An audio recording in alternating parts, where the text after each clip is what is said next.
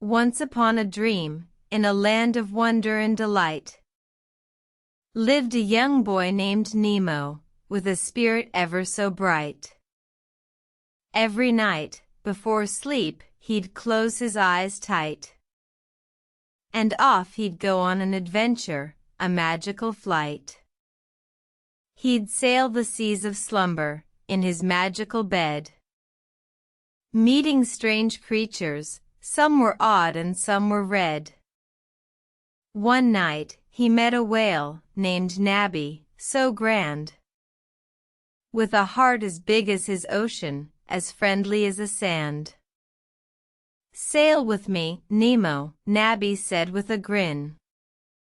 "I'll take you on a journey, where the stars are all kin."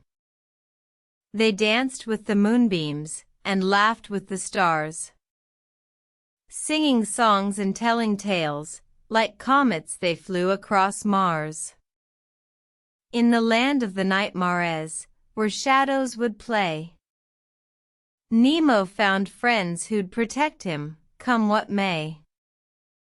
But as the sun rose, Nemo knew he must go back to his world of waking, where the daylight would glow.